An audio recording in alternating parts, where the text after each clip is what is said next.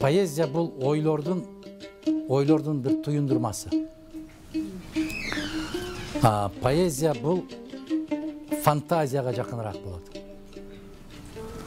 Мисалы азыр жазасыңарбы, силерге деле жазып коет го жанагы. Өмүр бою күттүм сенсиз жашай албайм. Жашайт, жалган айтат. Бул фантазия да. Поэзия ушул нерсени алдап жакшырганга жардам берет. Жардам берет поэзия. Алыкул Осмоновдун Мекенге жазган ырларынан көп учурлары бар го. Сүйөм сени сүйгөндүгүм сүттөн ак, сени сүйгөн тагдырыма рахмат. Өлгөндө да сенин таттуу жытыңды жаткым келет көкүрөктө кучактап деп. Бул чындык. Бул мекен кусалыгы. Бул мекен рахаты, мекен керемети. Ал аял кишиге жазган жок, ошондо өлгөндө да сенин таттуу жытыңды жаткым келет көкүрөктө. Болбойт да, билет да, Алыкул түшүнгөн да. Зейнеп эмне деп чыкты, Алыкул. Эмне үчүн кетип калды? Кайра жумуштан дагы. Дагы көп себептери бар. Мамиле качан бузулат, кызым, билесиңби? Мамиле качан адам бири-бирин түшүнбөй калганда бузулат. Качан түшүнбөй калат? Качан түшүнгүсү келбей калганда. Качан түшүнгүсү келбей калат? Киши жактырбай калганда. Качан жактырбай калат? Экөөнүн ою эки жака кеткенде. Качан эки жака кетет? Экөөнүн деңгээли башка-башка болуп калганда. Бирөө ааламды көбүрөөк түшүнүп, экинчиси азыраак түшүнүп калганда, ортодо ажырым пайда болот. Ажырым пайда болуп, бул башка ааламдын кишиси болуп калат, бул башка дүйнөнүн кишиси болуп калат. Экөө ортосунда бири-бирине түшүнүк пайда болбойт. Түшүнбөгөн нерсеге ишениш кыйын. Мен көпчүлүк мына молдокелерди айтам да, бата бергенде кыргызча берсеңер дейм. Жаллаң башынан аягына чейин арабча айтат да анан бата кылып коет. Эч ким түшүнбөй калды да эмне деген. Ошонун кыргызча керемет сөздөрү бар да, кандай дейсиңер? Жараткан деп, жаратканга кайрылат да. Ата-энемди аман койсоң экен. Ар кандай кырсыктардан сыртта болсок, элибиз аман, жерибиз бүтүн болсо экен, балдарыма ыйман берсин, балдарым күйүмдүү болсун деп, эки дүйнөнүн рахатын бер, акыреттин дагы бул дүйнөнүн да деп бата кылат да, жөнөкөй эле сөздөр да. Анан алар арабча сүйлөп алып, өзүн мындай бир өтө сабаттуу көрсөткүсү келип, бүтүндөй ааламдарды жараткан Аллах кыргыз тилин түшүнөт. Бардык ааламдагы тилдердин баарын түшүнөт. Куран гана башка тилде окулушка мүмкүн эмес. Ниет, тилек, бата ар бир өзүнүн тилинде жасаса болот да. Ошол сыяктуу эле баягы поэзия тилин түшүнбөсө, поэзияны сыртка кагат, кызым. Поэзия дүйнөсүнө кирип алгандан кийин бул алда өзүнчө рахат. Мен жакшы көргөн ырым деп атасыңар. Менде ырлар көп. Мен ушу 8-класстан баштап эле жазам ырларды.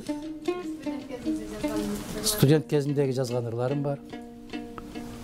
Бирок күйдүм терезеңин алдында суу болдум деген ырлар жазбаптырмын.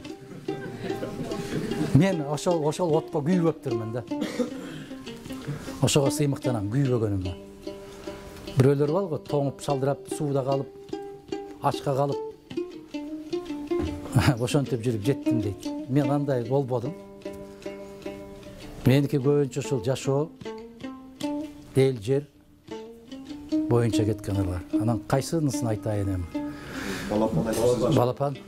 Бир акындан сурайт да, эң жакшы көргөн ырыңызды десе, эң жакшы көргөн ырым белгисиз ырым дейт экен. Эл билбеген ырым дейт экен. Эмне үчүн десе, ошого дагы мен эң атактуу болгон ырларымдай жүрөгүмдү бергенмин, бирок эл түшүнбөй койду, ошон үчүн элдин арасына сиңбей калды деп айтат экен. Ата менен эне дагы оорукчан баласын көбүрөөк жакшы көрөт. Нандын жумшагындагы, эттин майлуусундагы, төшөктүн жумшагындагы ошол бир аз оорукчан баласына, оорукчан кызына салат. Ошол сыяктуу акындарда дагы аксап элге жетпей калган ырлары бир аз баягындай этияттап мамиле кылып калат. Балапан деп суранып атасыздар. Балапан деген ыр бул менин 30 жашымдагы ыр. 30 жашымда чейрек кылым болуптур анын жазылганына. 95-жылы жазылған жалаң менчиктештирүү болуп атпадыбы? Завод, фабрикалардын баары, ишканалардын баары менчиктештирилип, бүт иштеп аткандар көчөгө сүрүлүп чыгарылып, аябай оор абалда калганда, мен ушуну элестеттим эле, бүгүнкү балдарда мына силерде балдар, балапан. Балапан ыйлабачы заманыңа, бүгүн да түшпөсө эт казаныңа. Сен эмес ата-энеңдин башы катты, боору жокпу турмуштун азабына.